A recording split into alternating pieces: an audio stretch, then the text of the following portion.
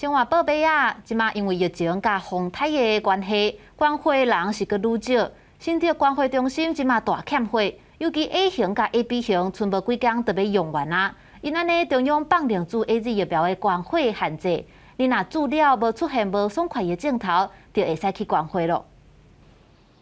全国防疫3级警戒，也降低民众关怀意愿，各地关怀中心拢出现严重欠货状况。新的关怀中心统计，目前 A 型的货欠上严重，只剩2天的库存。若搁加上这几天，甚至天气无好，因烦恼会搁较影响想要来关怀的人数。捐血人是有明显的比较少一点，对，所以今天血库存量就比较没有那么的充足。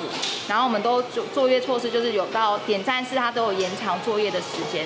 然后有做一些就是可以上网预约的动作，可以让它减少等候的时间。一天需要大约差不多1000袋左右的血，然后我们是希望能够维持7天的安全库存，但是现在我们以 A 型来说的话，已经不到2天的库存。